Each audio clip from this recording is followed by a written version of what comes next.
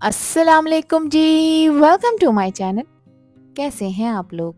उम्मीद करती हूँ सब खैरियत से होंगे और मज़े में होंगे। आज आप लोगों के साथ शेयर करूंगी बहुत ही लजीज शिनवारी मटन कढ़ाई की रेसिपी। ये कढ़ाई ख़ास तौर पर खैबर पख्तूनख्वा के शिनवारी इलाके की मशहूर डिश है, जो अपने मसालेदार और स्पाइसी मीट के लिए जानी जाती है। मटन के टेंडर पीसेस, देसी मसाले, सब कुछ मिलकर बनाते हैं एक ऐसा टेस्ट का जादू कि खाने वाला इसको खाता ही रह जाए। तो दोस्तों, अगर आप चाहते हैं अपने फैमिली और दोस्तों को एक ज़बरदस्त ट्रेडिशनल डिश खिलाना, तो फिर रेसिपी को एंड तक देखें। अच्छी लगे तो लाइक भी कर दें, और चैनल पर न्यू है तो चैनल को भी ज़रूर सब्सक्राइब कर लें। तो चलें फिर शुरू करते हैं इसको बनाना। शिनवारी मटन कढ़ाई बनाने के लिए दोस्तों, यहाँ पर मैंने लिया है 1 किलो मटन।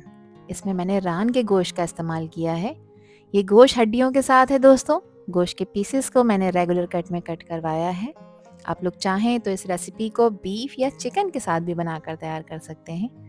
अब अपने काम को आसान करने के लिए और टाइम बचाने के लिए आज मैं प्रेशर कुकर का इस्तेमाल कर रही हूँ। तो ये जितना भी गोश्त मैंने आपको दिखाया है, ये मैं सारा का सारा प्रेशर कुकर में डाल दूँगी। अच्छा, जिन लोगों के पास प्रेशर कुकर नहीं है वो पैन में भी इसको तैयार कर सकते हैं, मगर फिर मटन का जो कुकिंग टाइम है इसमें फ़र्क आएगा। अच्छी तरह से तमाम गोश्त के पीसेस को प्रेशर कुकर के अंदर असेंबल कर लेंगे। और अब इस पॉइंट पर मैं इसमें ऐड करूँगी 3/4 कप कुकिंग ऑयल का। ऑयल आप लोग अपनी प्रेफरेंस के हिसाब से ऐड कर सकते हैं दोस्तों। मुझे वीडियो बनाकर दिखानी होती है तो मैंने यहाँ पर 3/4 कप ऑयल यूज़ किया है। 2.5 ग्लास मैंने इसमें पानी का शामिल किया है। हस्ब ज़ायका नमक डालेंगे, मैं 1.5 टीस्पून ऐड कर रही हूँ। आप लोग अपने टेस्ट के अकॉर्डिंग नमक ऐड करिएगा, कम या ज़्यादा जितना आपको पसंद हो। इसके अलावा अदरक लहसुन का पेस्ट भी इसमें शामिल करूँगी, और ये मैंने 1.5 टेबल स्पून इसमें ऐड किया है। बस यही चीज़ें अभी फ़िलहाल इसमें ऐड करेंगे दोस्तों। अच्छी तरह से इसको मिक्स करेंगे, कुकर की लिड लगाएंगे, और जब इसमें विसल आना स्टार्ट हो जाएगी, अच्छी तरह प्रेशर डेवलप हो जाएगा, तब आपने घड़ी देखकर इसको 12 से 14 मिनट के लिए गलाना है। और गोश्त को आपने 70% तक टेंडर करना है, इससे ज़्यादा टेंडर नहीं करना, क्योंकि बाकी का हम आगे ही इसको गलाएंगे।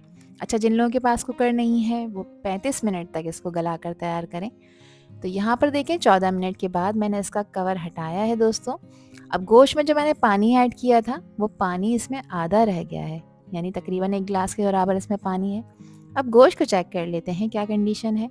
तो देखें, गोश्त यहाँ पर 70% तक टेंडर हो गया है, और इतना ही टेंडर करना है आपने इस स्टेज पे, क्योंकि बाकी का हम आगे इसको गला कर तैयार करेंगे।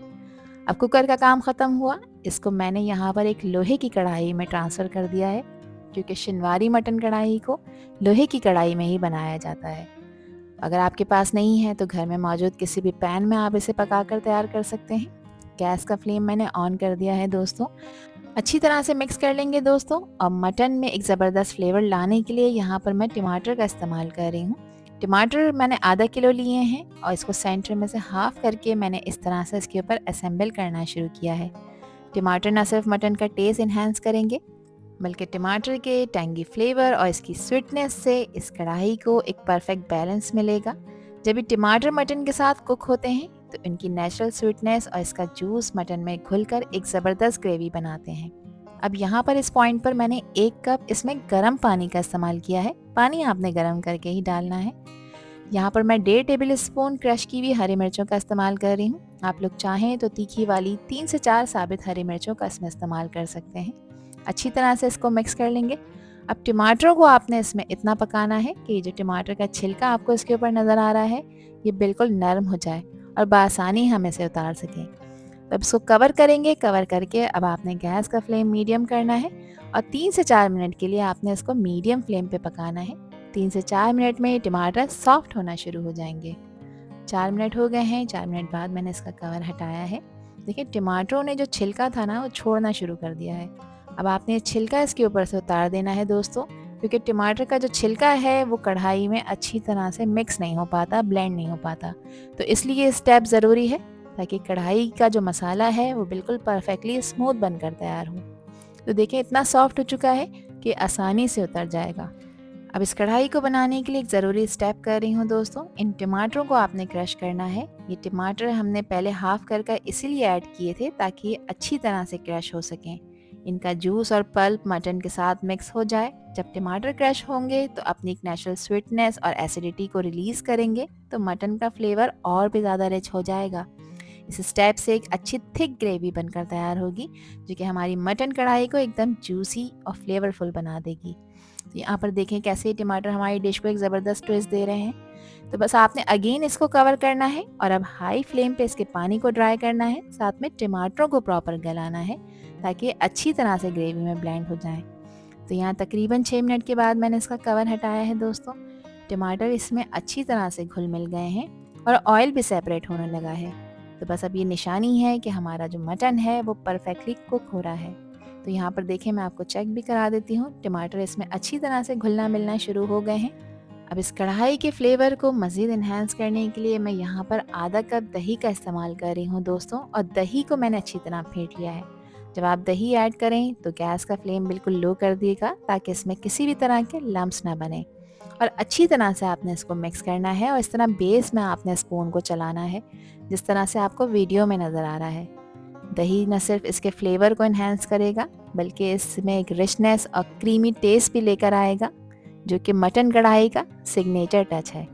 तो इसकी ग्रेवी का टेक्सचर चेक करें आप, कितनी ज़बरदस्त स्मूथ सी ग्रेवी बनने जा रही है। अब इसमें कुछ स्पाइसेस ऐड करूँगी दोस्तों, जिसमें 1 टीस्पून है भुना कुटा हुआ ज़ीरा।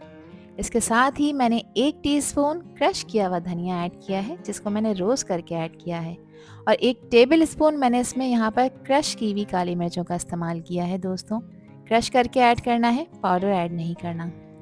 3 से 4 तीखी वाली हरी मिर्चें ली हैं, जिसको डायगोनल शेप में काट कर मैंने इसमें ऐड किया है।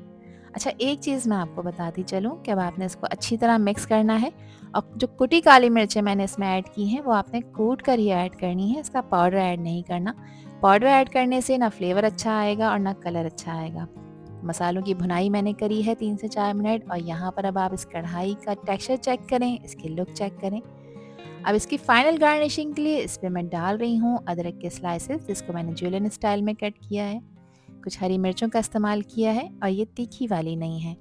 और यहाँ पर तैयार हो चुकी है हमारी super tasty, super easy, authentic Shinwari mutton कढ़ाई, जिसको मैंने कम मिर्च मसालों के साथ तैयार किया है, जो कि इसका ओरिजिनल स्टाइल है।